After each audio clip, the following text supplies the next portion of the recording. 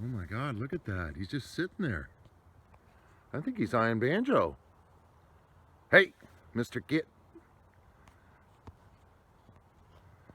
Look at him just sitting there.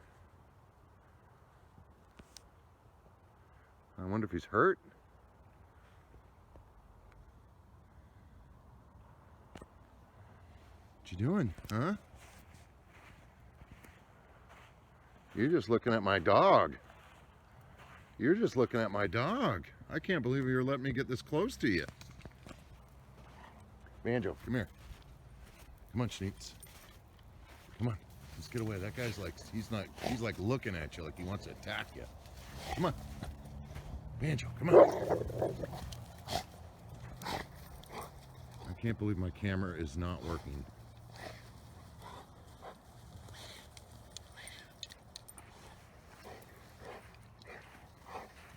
He's like, hey, hey, hey, hey, hey, hey. Banjo? Banjo, come here. Banjo, come here. Come here. Banjo! Banjo! Come here.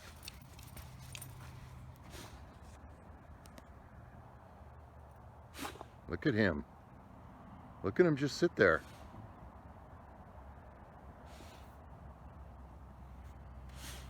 Come on. Come on, Schneetz.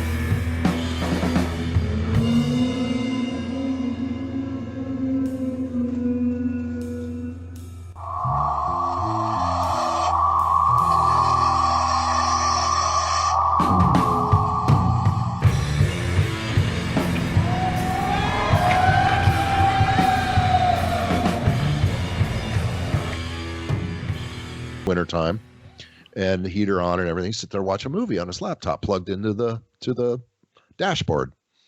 And he said he was sitting there. The kids are going to school. Nobody's been around. It is fresh snow everywhere. You know, he's way up there. Nobody's around for hours, days. You know, he's sitting there watching this movie, and he says a snowball hits him right in the windshield.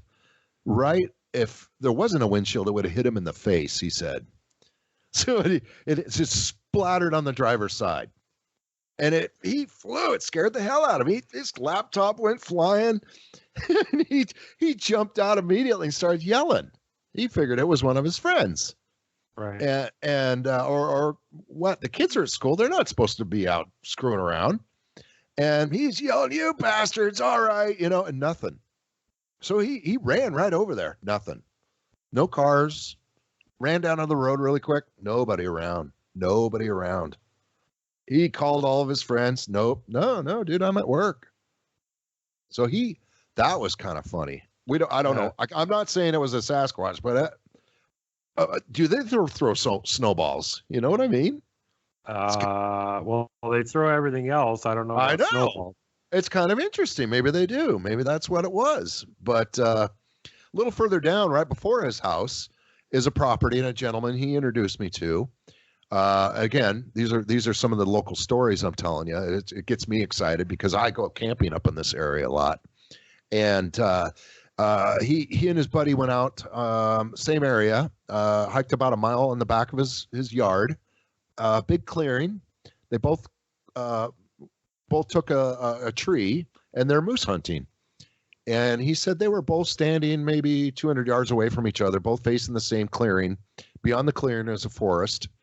And they're both sitting there, an hour or so. And all of a sudden, out of nowhere, they said they heard the most awful screaming roar they've ever heard in their life.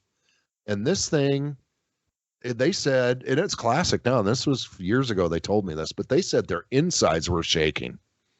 Oh, And they both just, I think they were both up in a tree stands. And they both crawled down. They both met each other, ran back to each other, and were like, what the hell is that? And they didn't know, and they got out of there. Well, a couple of years fast forward, as typical Alaskans, he's got an outdoor freezer. He lives way the hell out, like I said, out in Willow, out in this area that's rural. He had it full of halibut fish. Halibut is a fish. He came home one night, and that freezer, which is pretty big freezer, but I would guess a big man could move it. But something very large picked it up, walked 10 feet with it, and then threw it on the ground, forcing it to open the door and spilled the insides of the freezer all over, and all the fish was gone. And you could say, oh, that's just a bear, dude. Bears do that shit all the time. Yeah, they do. But he said the footprints, there were footprints around it, not bear prints, footprints. And, my buddy and I, talking to Dan, we went and looked, we investigated. Of course, it had happened like a month prior, but we saw the freezer. He showed me the area. It's the same area they had the screaming incident. And then, 5-6 miles up the road is where Dan had all his experiences.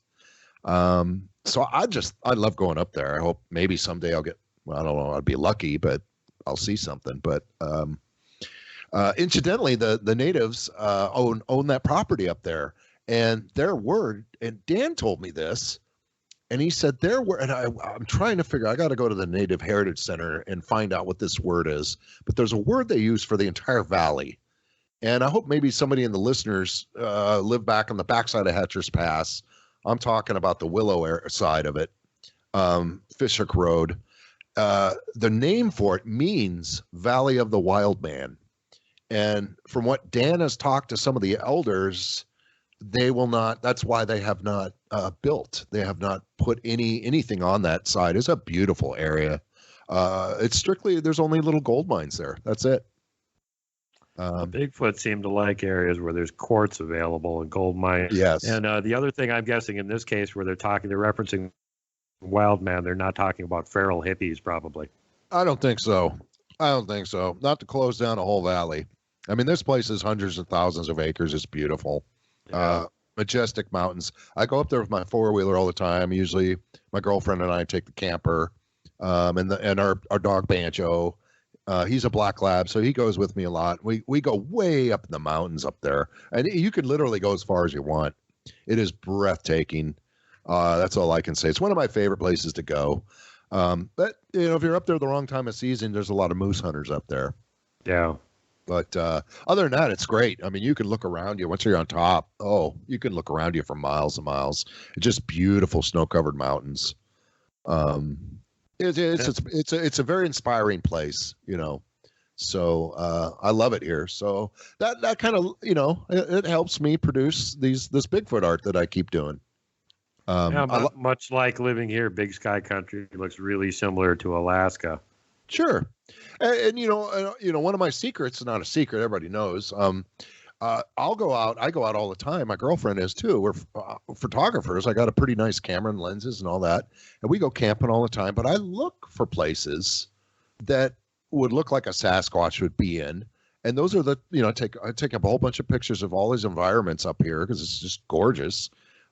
Even on rainy days, some of the forests around here are just. I mean, they're covered in moss for miles. It's like carpets, old man beard all over the trees. It's just your imagination really spins. It's like something out of Avatar. And I use those pictures to illustrate, to use as backgrounds. And I'll do some tweaking. I do some things in Photoshop. But all the drawings I do by hand first. Digitize them, and then I pull them into Photoshop and I airbrush all of them. I actually paint them by hand. But I want to say that most of my Sasquatch drawings, and I like to experiment because I like to draw what people see. And I've read reports of people seeing the Sasquatch look remarkably native, Yeah. And I believe that too. I believe, wow, yeah, some of these probably have some very distinct features that make them look. So I've tried to duplicate that. I've tried to, look for eyewitnesses with a more human aspect. Like Bobby Shorts was more human, and you'll see that in your. I sent you her drawings, which are pretty rare actually. Yeah. I'm not even sure if those are in her book or not. But anyway, yeah, Bobby's the one I had to talk her into letting me draw her encounter. And she finally did. And unfortunately, she died right before I was done with the colored version. But the pencil drawings were dead on. She said, that's exactly what I saw, especially the full body.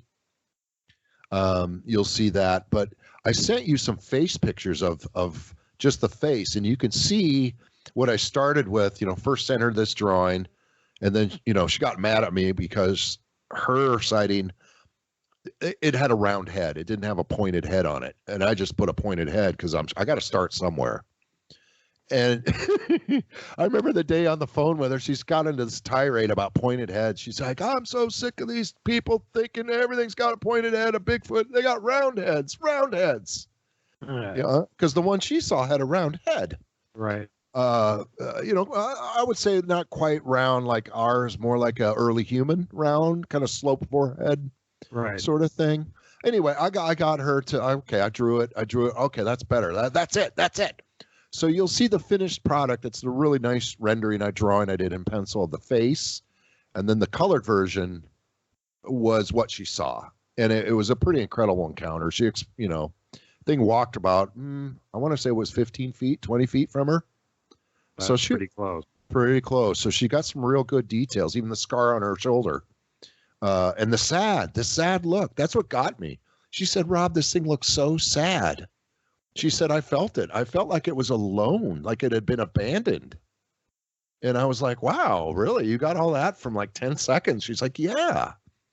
I mean, she looked right into its eyes. That's what's creepy. They look right at you. And you can tell they have emotions. They have, you can understand their emotions. So I can imagine that's even creepier. So yeah, it's all interesting stuff, but it's always fascinating drawing this thing because all the eyewitnesses, for the most part, they're similar, but they have some differences in them. And that's what I'm just trying to bring out. I'm trying to, at first back in the 90s, I was like, I'm doing it for myself really, and for people interested, and for I don't know, maybe science is a big word, but just to throw something of quality out there to be taken seriously. Right on. Hey, I get sciencey sometimes too, man. Well, I grew up with all the crappy drawings, and that's all you had. You really rarely saw some of a caliber artist take on. Robert Bateman did one's fantastic. Of course, Sibylla Irwin, she's fantastic. There Alex Evans. I could name some more. So there's some wonderful artists out there now. But when I first started, there was really nothing out there. And that's what kind of drove me into, kind of angered me. I'm sick of this crap. So I just started, really reading the eyewitness reports. And if I could reach out to the person, I would.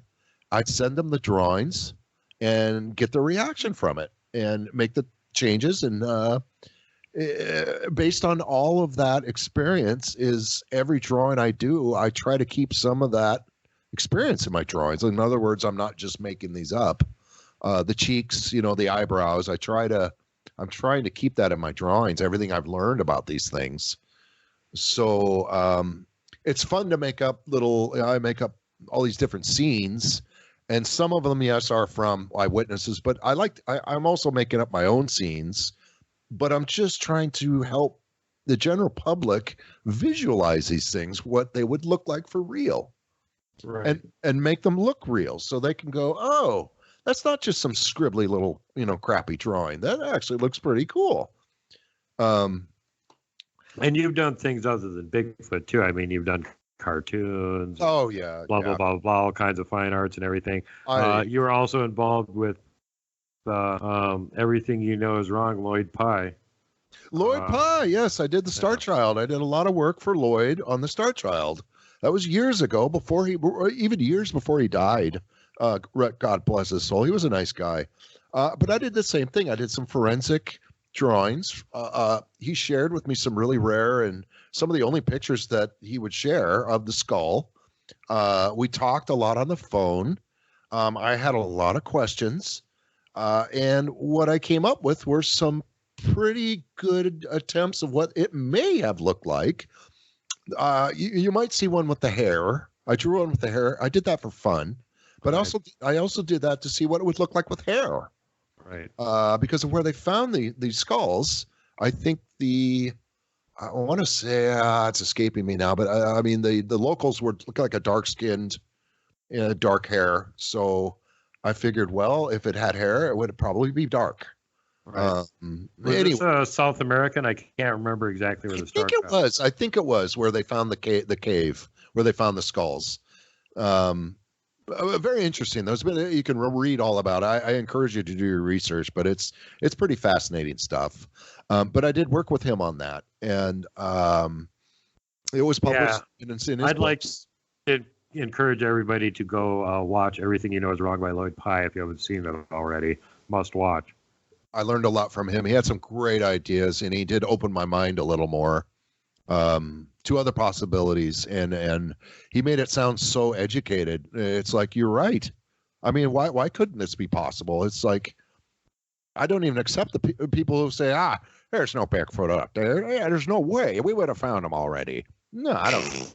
I don't think Who's this we? You got a bleep in your pocket? Yeah. I'm like, there's things out there we don't know of. I mean, look at the ocean. The deep ocean. There's creatures down there we don't know of. And I'm not saying they're dramatic. They might be boring little snails or whatever, but who knows? There might be some Leviathan down that we never seen before. And I think that there are things in the woods still we don't know.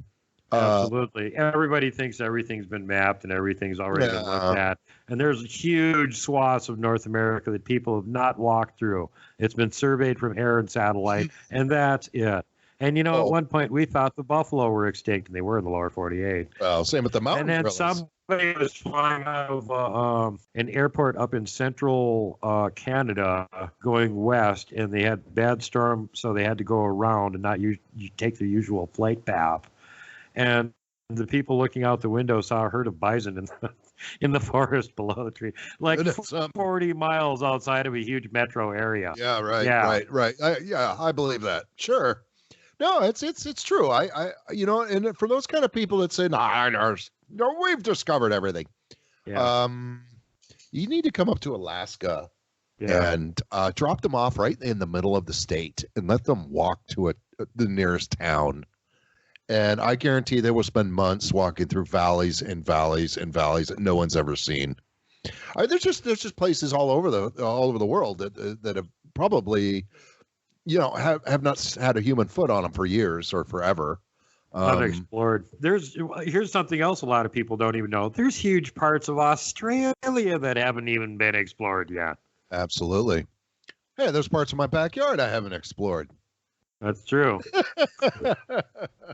But never know when a moose is going to come walking out of there and fight with one of your hunting. One of my cats. Yeah, my moose stalkers. Yeah, they're bad. Watch out for my kitty cats. What cat breed is that exactly that hunts and kills moose for you? Because I really want some of those. All of them. Every cat I have is true. There's some weird. I wouldn't say it's a fascination / bond. Because the moose seem okay with it. I mean, you saw the pictures I sent. The moose didn't. He's like, the cat got right up to him, sniffing and licking his foot. I'm like, you got to be kidding! But my girlfriend was up on my porch taking pictures. I got pictures. I posted some pictures on my Bigfoot art gallery, and somebody said something to the point where the moose looks fake. And I knew I was waiting for this. It's photoshopped. I'm like, no, it's not photoshopped. It's just what happens around here. I mean, sure, the neighbor next door has the same pictures of his animal with a moose. They're here. Everything's here. Yep, animals do strange things. I mean, that's why the last field Bigfoot's research expedition we did this fall, it was during hunting season, and we've got mule deer coming right into camp. Right. Well, basically avoid the Bigfoot on the other side of the river that were coming after them. But Right. yeah, they came right into camp and hung out. Nobody would believe that. Yeah. Right. Yeah. So, I wanted to mention Dan, my buddy Dan. I hope he won't mind if I use his name. Some people he might be listening. I don't know. His name is Dan Baker. Good guy, great guy. I did a children's book with him. He wrote a children's book, Sasquatch Mountain. It's pretty cool. It's on Amazon. I did all the illustrations. It's pretty fun. But anyway, Dan had an encounter, and he approached me. He said, "Rob, could you try to draw this thing for me?" And I said, "Well, sure, Dan.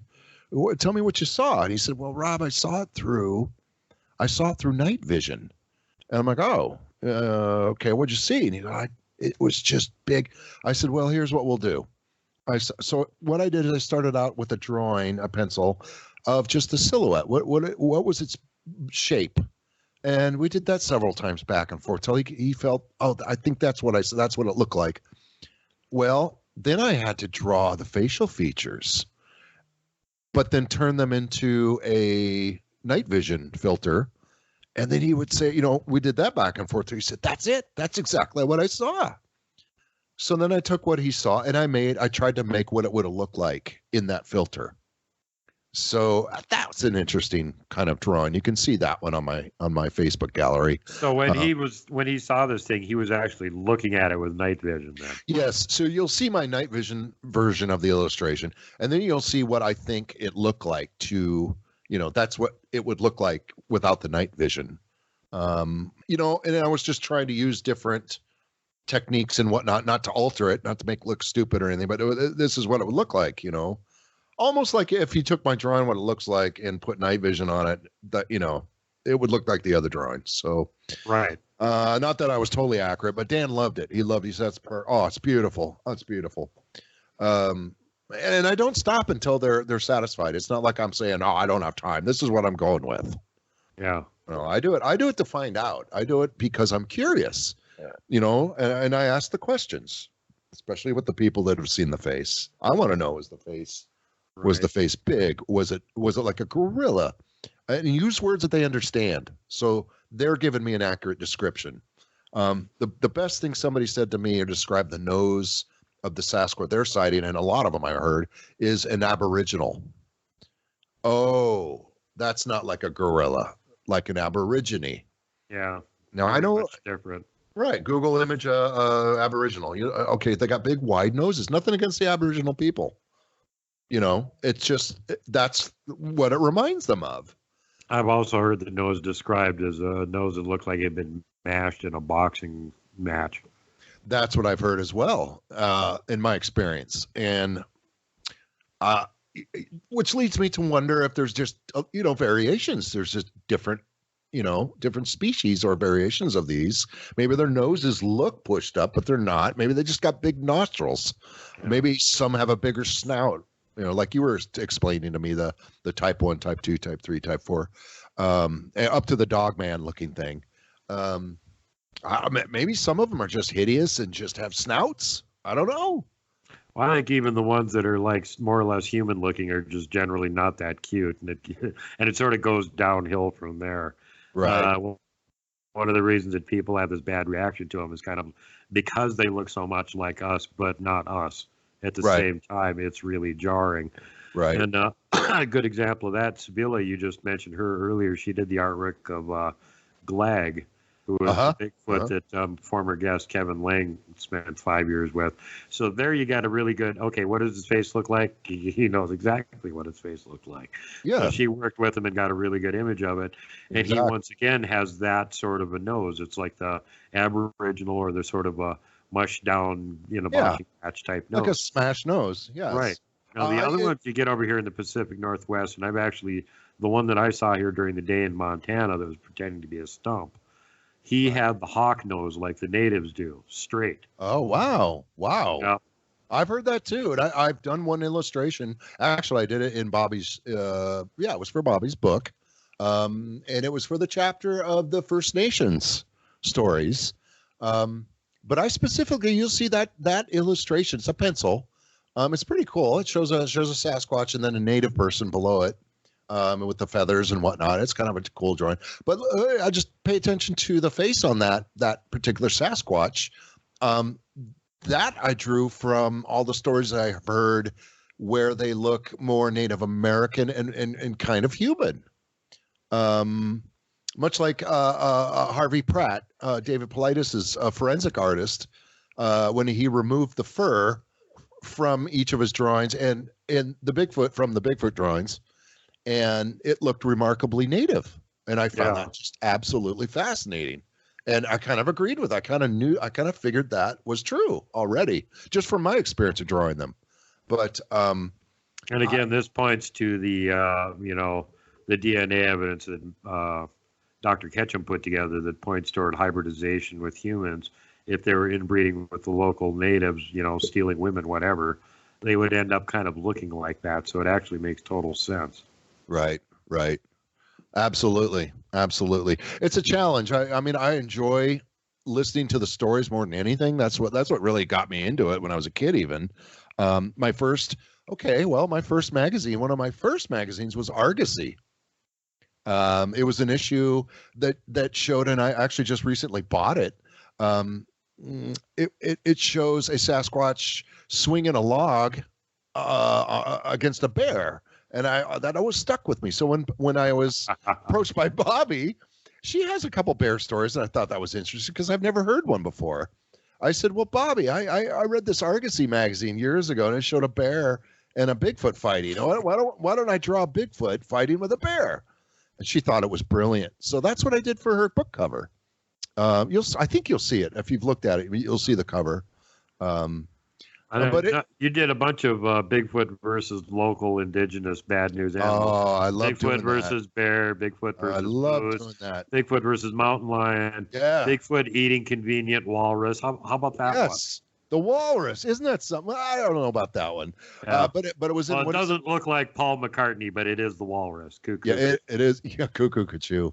But I sent you the actual article not article, but it's it was the article. It shows newspaper. Yeah. Now look at that picture and tell me that's a Bigfoot with a log. That's what the person's claiming. To me, it looks like a guy walking along the beach, and he's got oars. And that's his Zodiac sitting there on the beach. That's all that is. There claims to be a video of that. I've never seen it, but it's a fascinating story because the story is up near where was this? I can't remember where it was up north, where the walruses are. Well, anyway, a native person was standing there and happened to have a video camera and watched a Sasquatch walk over to the carcass of a dead walrus and use a giant, piece of driftwood, which is a big log basically, and use that to roll this walrus over. And he fed on it. And so that was in the paper. Now this paper shows they don't hesitate. They had another interesting encounter with a native family picking blueberries. Saw a family. So this newspaper is not shy to print stories from local. These are all locals, natives, by the way. A very rural town in the bush. So I just thought it was interesting. And that's why I drew that. And that's pretty much all artistic license there. But I had fun with it, using the real walrus and, crows and things that would really be there. So. Wouldn't surprise me. I heard some legends from up there that they have a warning against eating whale carcasses washed up on shore. And the reasoning not being what you would expect, but that it could actually be a dead giant. And apparently they're toxic if you eat anything from them. So, yeah, don't eat a giant, don't eat a dead whale washed up on shore if you ain't exactly sure about what it is. I can recommend from experience, don't ever eat blubber. Don't ever eat whale blubber. And whatever you do, don't ever eat seal jerky. You'll die. It's the worst thing you've ever tasted. And no offense to the natives. I'm sure if I ate it for a long time, I'd acquire a taste. But I had a friend who, when we were younger, he had a full native mother, and we all brought a buffet to this party. He brought whale blubber, and it was beautiful. It's these little cubes of white with one like dark skin on one side. And, it was terrible. You chew on this stuff, it was like eating rubber that tasted like fish. Well, that's And, what I thought it was, just Eskimo oh, gum. well, there's different variations, I guess, but this is what we had. Eskimo Anyway, chewing gum. my Yeah. buddy had like a I don't know, like a 200-pound Rottweiler. And he says, he takes a bite of it. He says, "This is terrible." He looks over at it. He says, "Dog." And the dog looks. He throws it, and the dog, catches it, chews it. He takes and he hacked the thing up. How many 200-pound Rottweilers hack anything up? And, man, that dog did not want anything to do with that whale blubber. That So had to be pretty bad. That's bad. Yeah. Anyway, it's fun. It's fun living up here. I love them. Eskimos call it muck tuck. Sure. I grew up with the Tlinkits and in Southeast Alaska, in my classes and whatnot. It was no big deal. Which leads me to my little people story. You've probably heard of the little people up here. Oh yeah, yeah. I've got a great one. I was just a kid in the 70s down at my friend Mark. He was my little buddy. He was about 2 years older than me, but I'd go down to his house and hang out on Fritz Cove Road. And Glenn, they were commercial fishermen. And he was in the living room working on something, and Mark and I were there talking about monsters or something. And I think somehow we got on the subject of Bigfoot, or I mentioned it or something. And then Glenn is his name, Glenn Milkey, great guy. He says, "Oh, are you guys talking about the little people?" And we go, "What?" And we're just, I'm probably 12 years old, 13 maybe. What? What do you mean little people? Never heard of what? So he starts explaining to us about these little people that live in these coves, and he named this cove specifically. I can't remember what it was, but it was a specific Rip Van Winkle land. Yeah, that's what you might as well be, little people land.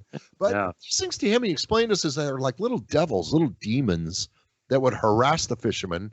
They would harass the hunters, and so hunters, fishermen would not go into these coves. Now, what you're talking about, you're not referencing the good little people that look like miniature Eskimos. You're talking about those little furry monsters. Oh, we're sort of like the they're little the Alaskan version of the albatwitch.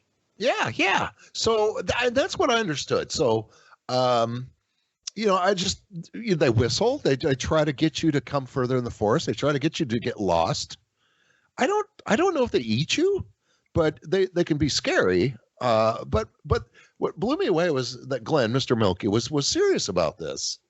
And he told us this whole story and knew all about these little people. And anyway, that's the first time. I was about 76, 77. I heard about it for the first time from a fisherman in Southeast Alaska. Judging by one of the reports I heard up there of a missing child and the eyewitness saying what it was that ran off with a kid matches that description.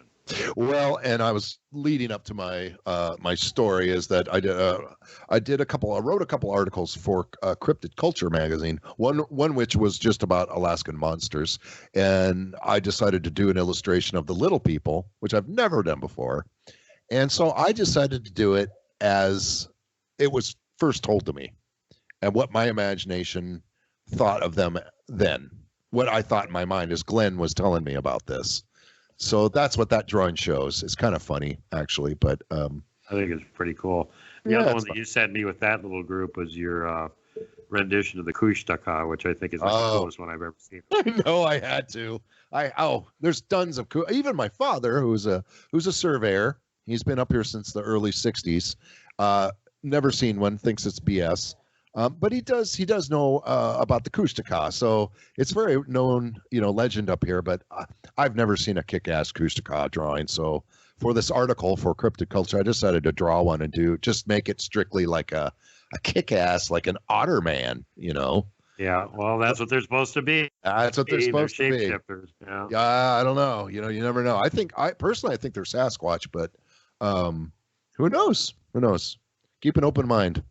That's all I can say. Yeah, it could be. Well, again, you have to look at what the indigenous tribes say about them. And if the tribe's got a legend about the Otterman and a legend about Bigfoot, you can be reasonably certain that they're not talking about the same critter.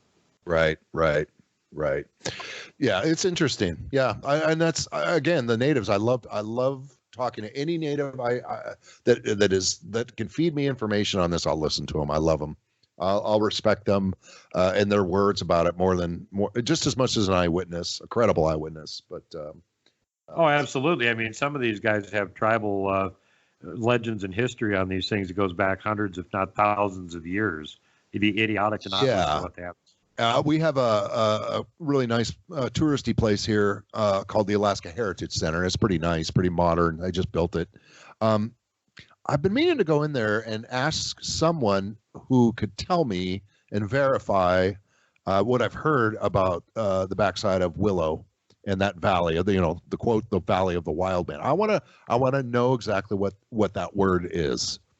And if possible, talk to an elder about why. I want to hear why. And I want to draw, if I can, and illustrate a little story about it, Yeah, write a book. There you go. Well, it's kind of interesting that the interaction between the native tribes and Bigfoot is sort of like all over the board. And one more example, interesting examples that I had foisted upon me recently. I was talking to a friend that lives over on the West Coast, and they've got an elderly gentleman that they take care of occasionally. He's like friends with one of the people they take care of. And he's a member of one of the Indian tribes in Northern California. Right. And his great-grandfather was the chief of the tribe, and at the time he was the chief, they had a war with the local Bigfoot going on. Right. Now, apparently a couple of them had gone up too far into the mountains where these things were and found out there was lots of good big game up there, started hunting up there and made them mad. And then these things started like throwing whole trees at the natives. They waited until 2 or 3 braves were together so they could squish multiples all at once. Oh, sure. And the natives finally had to develop their own there was an arms race, and they developed their own version of the longbow that they could put an arrow through, quote unquote, a redwood tree with. Be that as it may, that might be a little bit of an exaggeration. Sure. But the point being that they could put an arrow through a Bigfoot. So at that point, apparently the Bigfoot decided to have a truce with them and said, you stay down in the valleys and we'll stay up in the mountains and we won't mix and everything will be fine. So now this has been going on for like 3 or 4 generations now. And as much as he's interested in them, and they got all kinds of tribal legends and stuff on them, they literally can't research them because they made a truce with them to not go in their area. Right. Well, then they should stick to it. Yeah, I agree. If these things are real, don't mess with them. That's all I say. Yeah. Stay safe. But it's kind of funny though, because he's really interested in him. He knows all the legends and stuff. And if it was okay to do, he'd probably be one of those people that would have been up there a long time ago checking it out. But no, not allowed. Bigfoot and that tribe made a truce. Don't interact. Stay away from each other. Right. Yeah, it's very interesting, and like I said, it doesn't take long, especially in the 90s when we were first, the internet was new and it was exciting. There's very limited information. You really had to spend quite a bit of time to even find out how they eat or I've heard stories myself. I've heard them how they, a Sasquatch will take leaves from a tree, stick them all in their mouth and pull the branch out, keeping the leaves in its mouth, like great apes do. Skin all the leaves off. Yep. I've heard a story locally here from 2 eyewitness gold miners, again from Willow, this seemingly hot spot. Watched one. They claim they watched 2 for 20 minutes doing this, feeding. Kind of reminded me of maybe mountain gorillas. They just sat there, and they were just feeding themselves these leaves, just like corn on the cob, peeling them off the twigs. But it's fascinating to me. I think we can't discount it because you have all these eyewitnesses. Have you noticed any difference between the reports of the coastal Bigfoot and the inland ones? I have heard. I have. Only I've heard they're bigger. I've heard there's giants kind of up by the Iliamna or Iliamna, that valley on the other side from supposed to be where I've read some stories from there. Not just the Iliamna monster. That's a separate thing. Yeah, but we're talking about giants. I've read stories where a guy referred to them as Yetis. There's Yetis that live back there. And anyway, that's maybe just what he referred to him as, but I thought that was kind of live in the Himalayas. He just didn't have the local name for him. Well, he claimed that it was part of the land bridge that went to Russia. So and then maybe we have some Yetis around here, or that species of Sasquatch that lives in Sure. colder environments. Who knows? If Yetis get 15 or 20 feet tall, because that's the description of those guys. They're not Bigfoot sized. Right. And Absolutely. they have tusks too. That's the other thing. That's the dead giveaway. That's a mountain troll. Mountain troll. Oh my God. Well, maybe I should draw a mountain troll then. Yeah. I'll try that. Yeah, go look at episode 54, the troll. You can see an actual picture of one taken over in Nova Scotia. Hey, did you ever do a show on the Justin Spedja thing? No, but we got that interesting picture to show. Do you want to go into that a little bit? Yeah, only because I have never, and I want a disclaimer to my, should I say fans? People that know of me, don't hate me for this, please, because I'm an illustrator. I've actually drawn worse things than this for real, for police. But this was an interview I heard listening to. I don't know who it was, but they interviewed Justin and they interviewed his partner, which is rare. You don't see that often. Pretty lengthy interviews. And anyway, while I was listening to Justin, he went into great detail of the baby that he supposedly shot.